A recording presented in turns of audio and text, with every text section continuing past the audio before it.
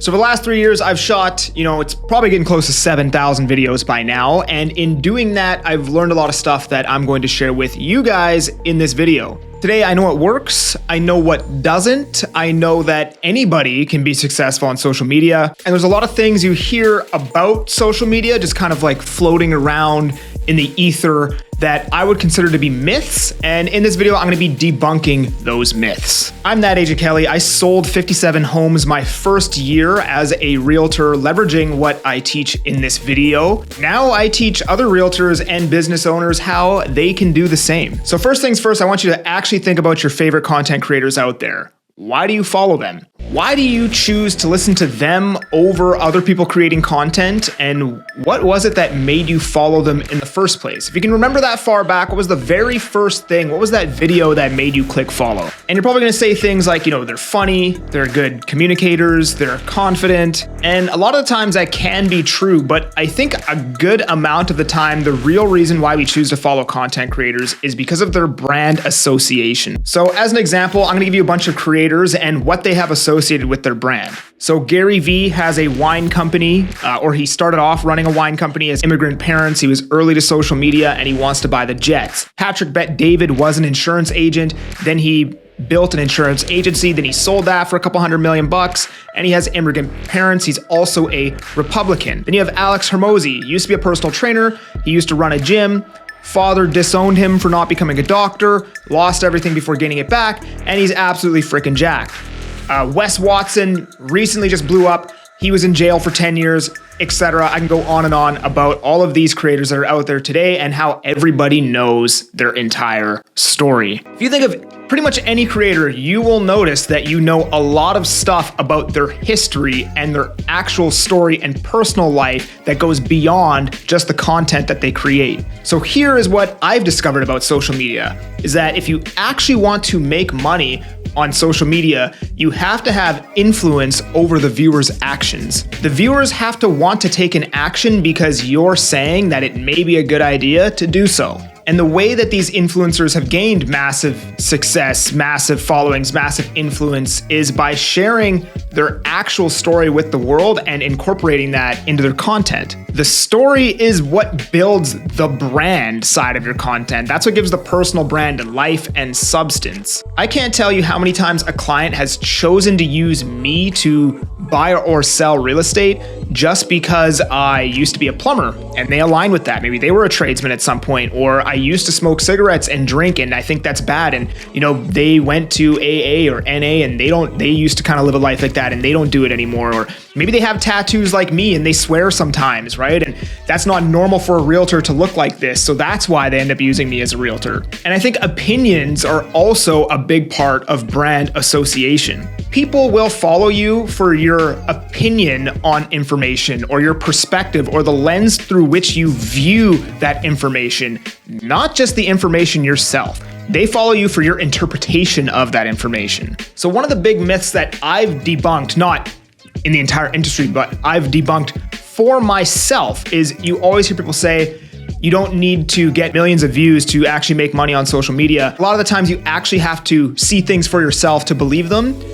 I've actually found that to be true, right? Because on the inverse, you see all of these influencers that do get millions of views and they're making shitloads of money. So naturally we just think, well, if I don't have 1 million followers, then I can't make money on social media. But what I found is that if you actually want to make money on social media, influence equals money and views don't equal influence.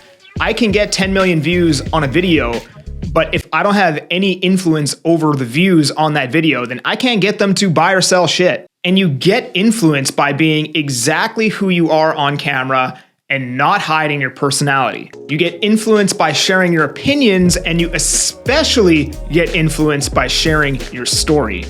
That is what allows people to connect with you and trust you, and then they're more likely to look at your opinions in a different light and maybe actually act on some of the things that you're teaching. I see so many realtors in my local market putting out content on a day-to-day basis, but I probably couldn't even name 5. Few realtors that do pop up in my mind when I think about realtor who does create content, I know all of their stories. I know their entire life story. Now, some of you are out there probably thinking, you know, I'm only 21 years old. I don't have a compelling life story. I haven't gone through a lot of hardship. Maybe this is your first job. You probably think you have absolutely nothing that you could share with the world that would be interesting or of value. So let's take me, for example. The people who make $1 million a year probably aren't going to get a lot of value from this video. Good, because I'm not speaking to that audience. The audience that I am speaking to are the people who are 2 or 3 steps behind me, and I'm trying to help them climb those steps to get up to where I'm at right now. We have all solved problems within our life regardless of how old you are, and you can share that solution with the world. Maybe you haven't figured out how to make 200 or 300K selling real estate, but maybe you got bullied for being overweight in school, like I did, and you can share people, you know, how you managed to overcome that problem. Hey, I used to get bullied, I was overweight, so I started hitting the gym and I started eating like this and changing like this, and this is what happened. Oh, and by the way, whenever you're storytelling, it should always be like problem, solution. This was the problem within the story and this was the solution. That way there's always some type of value for the listener. But maybe you were working a job that you hated and you quit the job and now you're a realtor or you're whatever, right? You're a personal trainer. There's so many people that, you know, their biggest problem in life is just working a job they hate. And then as you actually start to post more content and do more things, you will solve more problems. You will find the solution to more problems. Okay, you posted 30 videos.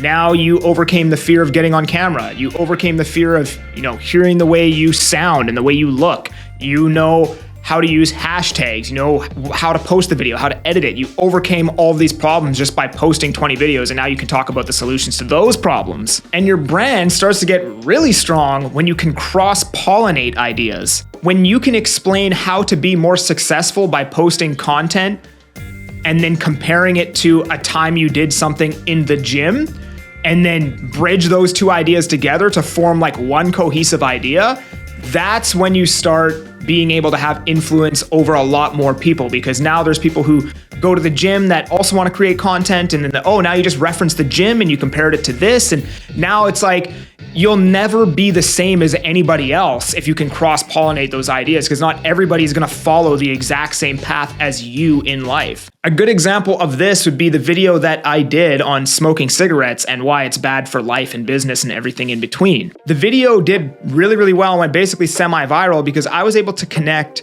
cigarettes and business and life using the broken windows theory as the bridge that connects all of those subjects. Business and cigarettes are 2 completely different topics that are not relatable whatsoever, but because I've done both of them, I can see similarities in both of them that somebody who hasn't gone through both of them wouldn't see. Therefore, I can connect them. Now, a lot of people think you need to be outgoing, boisterous, energetic, have tons of charisma, and also the best damn deal, and all of these things to see success on social media, and that's just not the case. All of those things help, but what you really need to see success on social media is influence. And again, you get influence by sharing your opinions, your story, and by being exactly who you are. Now, in shooting almost 7,000 videos, I obviously found out what works and what doesn't work. Now, for this segment of the video, I want you to think about your favorite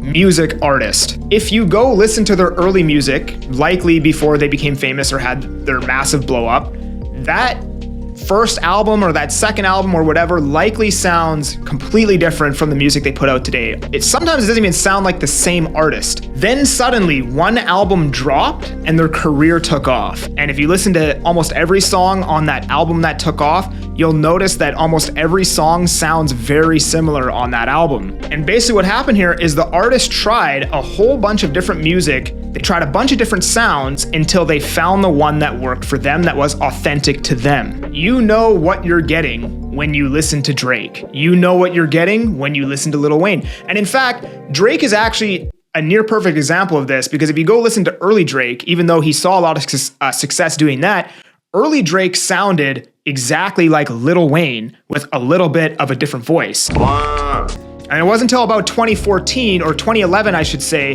when he dropped Take Care, that his whole entire sound changed. And he kind of started going more of an R&B route. And now he didn't sound like Lil Wayne anymore. Now he sounded like Drake.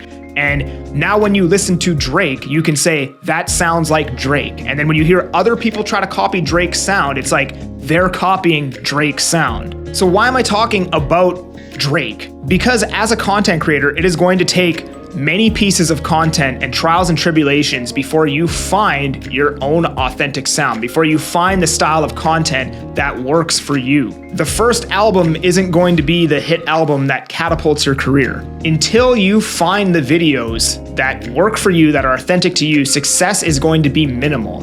And the way you find those videos is purely through quantity. Once you've found your sound by putting out tons and tons of videos, then you focus on quality. Then you focus on improving the sound that you know works for you. So you don't need to be all of the things that I mentioned previously. You just need to essentially find your authentic sound and have influence over the viewer, and you get influence by doing all the things that we described earlier. Most of the creators you know likely shoot one style of video. That's it. It's like skits, or it's green screens, or it's one video and they just do many different variations of that one video. So to recap, money is made on social media not by the amount of views you get, but by the amount of influence that you have. Now, if you have more views, you obviously have more chances of having influence over the viewer, right? So it's not that views don't matter at all, because they do. It gives you more chances, but it is not a direct correlation. Influence comes from having a personal brand, and personal brand is built by sharing opinions, telling your story, and being you. Storytelling is always the problem you once faced, and then how you overcame it. That way there's always value for the viewer. Anytime you share information about anything, always follow it up with your opinion on the information or your perspective on that information. You need to find your sound or your one style of video that works for you, and you'll find that through quantity and shooting lots of videos, and then you make small adjustments along the way. Now, in my first 3 years as a real estate agent, I made just under $1 million, and I did it by implementing all of the things that I've talked about in this video. But it wasn't all sunshine and rainbows, so if you want to see how that went for me, I'm going to leave the video right here. You can go watch that. Other than that, please do subscribe, like this video if you like this video. I'm that Agent Kelly. I'm making moves to move you. Peace.